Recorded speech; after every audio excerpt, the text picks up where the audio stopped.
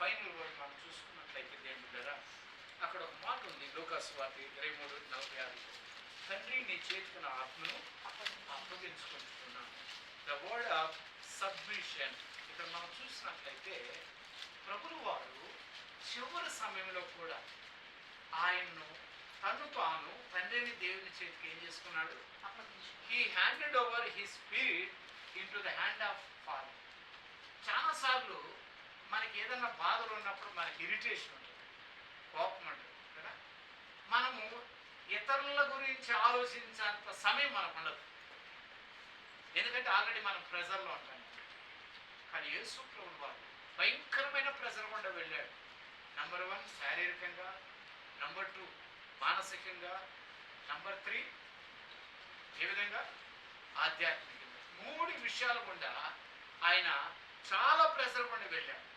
అయినా కూడా తను చివరికి తన ఆత్మను ఏం చేస్తున్నాడు? ఆయన తండ్రి నీ చేతికి నా ఆత్మను అప్పగించుచున్నాను. Jesus cried out with a loud voice and said, Father, into your hands I commit my spirit. వేరే బైబుల్ ఉంది I commanded and that is the wrong translation actually. Commanded is not right word. ఒకవేళ ట్రాన్స్లేషన్లో వాళ్ళ meaning కొరకు రాసుకున్నారో నాకు తెలియదు, కానీ ఇక్కడ king James version ఏంటంటే కమిటెడ్. కమిట్ అంటే అప్పగించడం అన్నమాట. జాగ్రత్తగా మనం గమనించినట్లయితే చాలాసార్లు మనము 100% దేవునికి సమర్పించుకునే విషయంలో వెనకాడుతూ ఉంటున్నాం, ఇంక్లూడింగ్ మైసెల్ఫ్. మనం అన్నీ ఓకే అనుకుంటుంటాం, అయినా కూడా 100% దేవుని చేతికి మనం ఏం చేయము? అప్పగించుకోవాలి. దేవుని సన్నిధిలో మనం చూసినట్లయితే బైబుల్లో తమ్ముడు తాము సమర్పించుకున్న ముగ్గురు గురించి జస్ట్ బ్రీఫ్గా చెప్పి నేను క్లోజ్ చేస్తాను. Number 1 Abraham.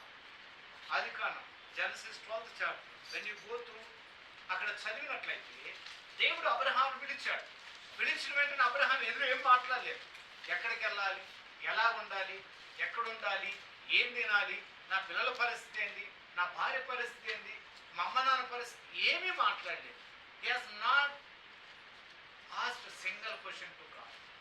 దేవుడితో ఒక్క మాట కూడా ఆయన మాట్లాడలేదు, ఒక్క క్వశ్చన్ కూడా వేయలేదు. వెంటనే బైబిల్ మనం చూసినట్లయితే దేవుడు ఆయనకు చెప్పినట్లుగా అతడు వెళ్ళును. చదువుదామా? నీ బంధువుల యొద్ద నుండి నీ తండ్రి ఇంటి నుండి బయలుదేరి నేను నీకు చూపించు దేశమునకు వెళ్ళుము. నిన్ను గొప్ప జనముగా చేసి. యెహోవా అతనితో చెప్పిన ప్రకారం అబ్రహాము వెళ్ళెను. Abraham handed over himself in the hand of God. ఒకవేళ ఎవరన్నా కొత్త వ్యక్తులు మనల్ని ఫలానా దగ్గరికి రమ్మన్నారనుకోండి, మీరు ఏమనుకోండి వస్తాను అని అంటారా? అట్లా అన్నారంటే అది రాంగ్. మనం ఏం అడగాలి? ఎక్కడికి రావాలి? నంబర్ 1 ఎప్పుడు రావాలి? Very good. ఎలా రావాలి?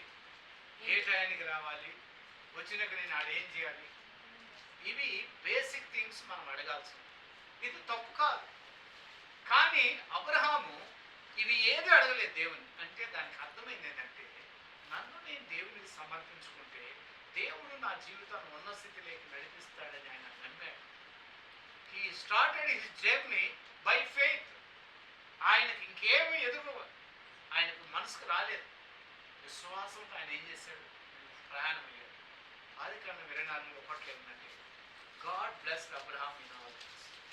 ఊరకనే కాదండి, అబ్రహాము అన్ని విడిచిపెట్టి వెళ్ళాడు.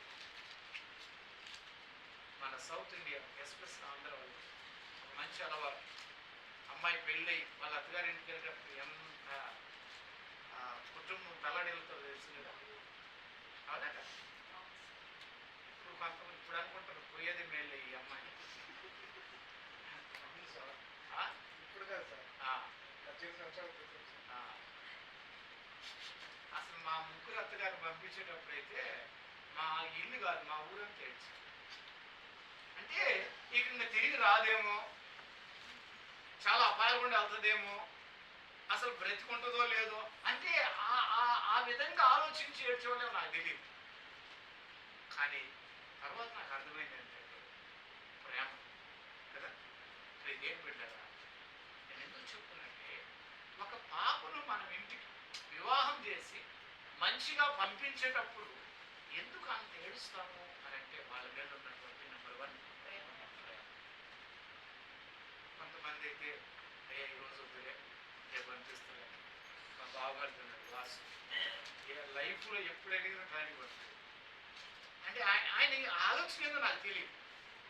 ఇప్పుడు వద్దులే మామ ఒకసారి పంపిస్తా, రేపు పంపిస్తే ఎల్లుండి పంపిస్తుంది. బహుశా ఆయన పిల్లల మీద ఉన్న ప్రేమ నాకు తెలియదు. ఎందుకు చెప్తున్నాను ఈ మాట అంటే, ఎవరైనా మనం ఎక్కడికైనా రమ్మంటే లేకపోతే వెళ్ళమంటే సహజంగా వెంటనే మనం వెళ్ళము. చాలా ఆలోచిస్తాం.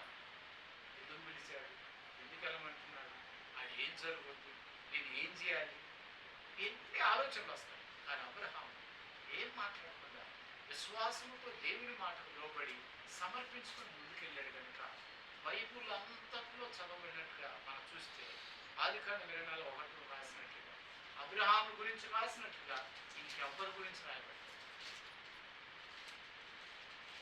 అంత దేవుడు ఆయన ఉన్నతంగా ఆశీర్వదించాడు. కారణం ఏంటంటే దేవుడు నమ్మదగినవాడు. ఆయన ఏం చెప్తాడో అది చేయడానికి మన సిద్ధం ఉండాలి అంతే.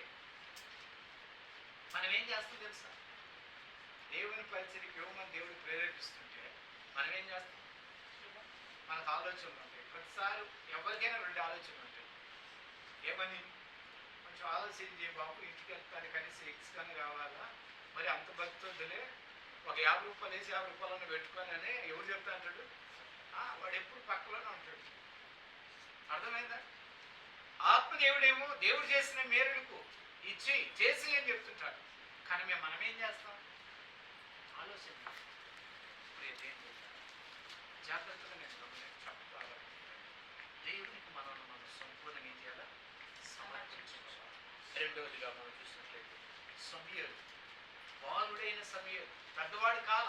ఇప్పుడు మనకు వాక్యం చెప్పిన పిల్లలందరూ కూడా 15 సంవత్సరాల పైన పిల్లలే. వాళ్ళకి కనీసం కొంత అవగాహన ఉంది. బైబిల్ అంటే ఏంటి, దేవుడు అంటే ఏంటి, భక్తి అంటే ఏంటి పాటించేది సెకండ్, కనీసం తెలుసు. కానీ ఆ రోజుల్లో సమయలు వయసు అంత తెలుసా, బాలుడిగా ఉన్నాడు, బిలో 15 years. అప్పుడు దేవుడు ఆయనతో మాట్లాడాడు, సమయలు సమయలు 1కి 3 సార్లు దేవుడు పిలుస్తున్నాడని నాకు అర్థం కాదు. తన గురువు అయిన ఏలి పిలుస్తున్నాడని ఆయన దగ్గరికి వెళ్ళి అడిగాడు, అయ్యా నన్ను పిలిచావా. ఏలీకి అర్థమైన 3వసారి దేవుడు అతను పిలుస్తున్నాడు. ఎప్పుడైతే దేవుడు అతను పిలిచాడో ఒక గురువు ఆయనకు ఒక మాట చెప్పాడు. ఏం చెప్పాడు, నీ దాసుడు ఆలకించున్నాడు, సెలవిమ్ము అన్నాడు. అంతే, ఐఎమ్ హియరింగ్,